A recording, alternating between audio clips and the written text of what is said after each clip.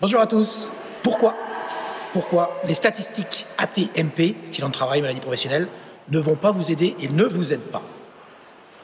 Mission. Action. Donc, point numéro 1, est-ce que vous connaissez vos indicateurs sur ce sujet-là? Parfois, on peut être étonné de rencontrer des entreprises qui se plaignent d'avoir des accidents et qui, quand on leur demande leurs indicateurs, nous disent de quoi on parle. Bon, donc si vous n'avez pas les indicateurs, c'est pas mal d'abord de se les calculer un petit peu. Si vous ne savez pas faire, demandez-nous, on vous expliquera. On peut vous aider. On a tout ce qu'il faut pour le faire. Mais le point particulier, c'est que nous avons des super services publics, et notamment la CARSAT, qui est quand même l'assureur numéro 1 de toutes les entreprises et qui permet, entre autres, de prendre en charge, du moins de faire face aux premières dépenses lors des accidents, maladies professionnelles, etc. Bon, alors bien évidemment, c'est l'entreprise, c'est le secteur privé qui finance tout ça. Et donc, chaque année, ils mettent à disposition les statistiques des années précédentes, secteur d'activité par secteur d'activité, avec un grand nombre de data sur ces sujets-là. Alors, si vous connaissez vos indicateurs, premièrement, et que vous connaissez votre code NAF, vous avez la possibilité donc de vous positionner par rapport à votre secteur d'activité. Sauf que, dans toutes ces pages de statistiques qui vous sont fournies, il y a quelques éléments qui ne le sont pas. Et ces éléments-là sont des éléments qui, pour nous, sont stratégiques parce qu'ils extrêmement important. C'est celles qui vous permettraient de savoir si vous êtes vraiment bon, vraiment mauvais, moyen plus, moyen moins. Ce sont tous les indicateurs de type loi normale, écart type, médiane, mini, maxi. Parce que avoir la moyenne, c'est bien, mais ce n'est pas suffisant.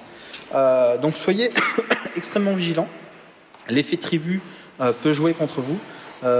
Et pourrait d'ailleurs vous rassurer. Ouais, c'est ça en fait, c'est que ça peut vous emmener sur un mauvais aiguillage. Vous vous dites, moi je suis plutôt pas mal parce qu'on est cette année, on est bien, on est juste au-dessus de la moyenne nationale, donc c'est cool.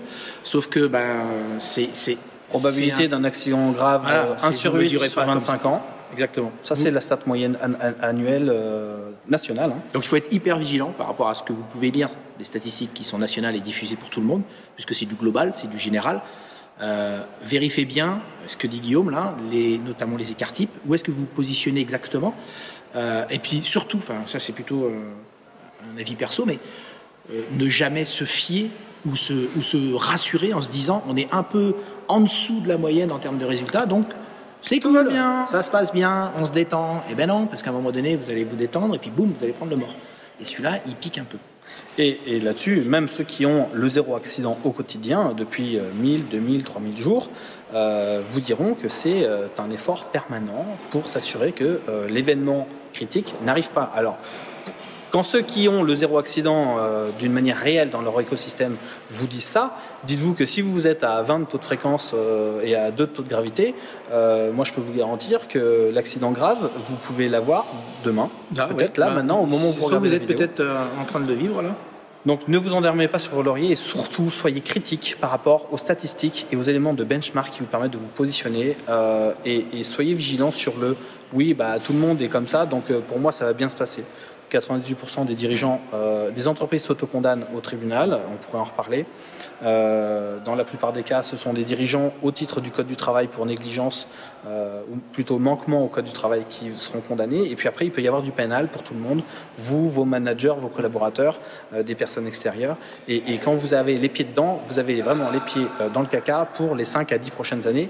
Et clairement, l'investissement qu'on peut faire en amont peut clairement éviter ce genre de choses. Évidemment. Donc attention, vigilance sur les statistiques.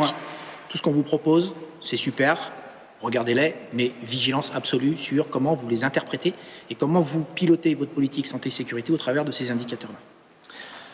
Un clin d'œil sur le Cricri qui est derrière nous. Le Cricri, super. On est toujours au musée de l'air, espace, air et passion, à Marseille, l'aérodrome, aéroport d'Angers. Si vous êtes passionné, n'hésitez pas à venir. C'est juste magnifique, tant en termes de vue et d'histoire. d'histoire, parce que Angers a une histoire en matière d'aviation qui est malgré tout Allez, Angers méconnue. Donc vraiment, si vous faites les châteaux de la Loire, vous devez absolument venir faire la visite. Et là, il est en train de me dire, aération. vous n'oubliez pas aussi de cliquer Ici. parce que regardez ce qu'il y a en dessous. Et en dessous, on vous met un lien vers Voilà, ce que nous on appelle le diagnostic de maturité qui vous permettra d'abord de savoir où est-ce que vous en êtes sur toutes ces démarches QHSE et surtout de repartir avec un plan d'action qui est adapté à la position dans laquelle vous êtes et qui sera en lien avec la vision que peuvent avoir vous, la direction, ou vous, le management et l'ensemble des équipes, parce que dans ces diagnostics de maturité, on demande l'avis au plus grand nombre pour que vous ayez une vue et une vision pertinente de la situation dans Et laquelle on vous touche êtes. la maturité, on ne touche pas la conformité ou toute la partie technique. C'est comment vous êtes et à quel niveau vous êtes. Mature ou pas. À On vous bientôt. souhaite à tous une excellente Salut. fin de journée, amusez-vous bien et au plaisir. Au revoir. Ciao.